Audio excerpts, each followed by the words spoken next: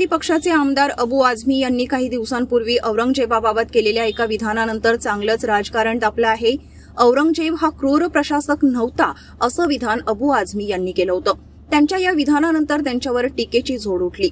अबू आझमी यांच्या या वक्तव्याचे पडसाद महाराष्ट्राच्या विधानसभेत देखील उमटल्याचं पाहायला मिळालं। त्यानंतर भारतीय जनता पक्षाचे खासदार उदयनराजे भोसले यांनी या संदर्भात प्रतिक्रिया देताना औरंगजेबाची कबर उखडून टाकावी असं विधान केलं। दरम्यान आता खासदार उदयनराजे भोसले यांच्या विधानावर मुख्यमंत्री देवेंद्र फडणवीस यांनी देखील प्रतिक्रिया देत औरंगजेबाच्या कबरी संदर्भात भूमिका स्पष्ट केली। तसेच औरंगजेबाच्या कबरीला जुन्या काँग्रेसच्या काळात एएसआयचं संरक्षण मिळालं असल्याचंही मुख्यमंत्री फडणवीसांनी यावेळी स्पष्ट केलं। यावेळी मुख्यमंत्री फडणवीस यांनी म्हटलं की आम्हालाही प्रत्येकाला असंच वाटतं, फक्त काही गोष्टी कायद्याने कराव्या लागतात, कारण ती कबर संरक्षित आहे।